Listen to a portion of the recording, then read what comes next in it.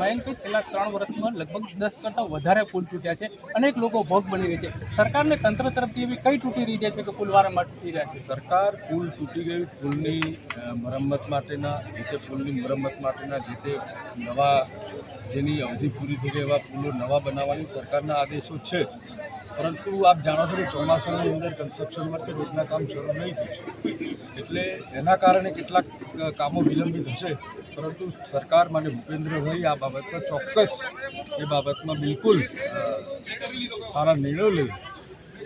સાહેબ, આજે પણ પુલ તૂટ્યો છે, 10 કરતાં વધુ લોકોના મોત થયા છે. આજે જે પુલની દુર્ઘટના બની છે એ ખૂબ દુર્ભાગ્યપૂર્ણ છે. એમાં જે લોકોના મૃત્યુ થયા છે એમના પ્રત્યે હું સંવેદના પણ વ્યક્ત કરું છું, અને ભવિષ્યમાં ગુજરાતમાં આ પ્રકારની કોઈ દુર્ઘટના ન થાય એના માટે સરકાર જે રીતે પ્રયત્નો અને પ્રયાસો કરશે એમાં જનતા પણ સાથ આપે એ માટેની વિનંતી પણ કરું છું.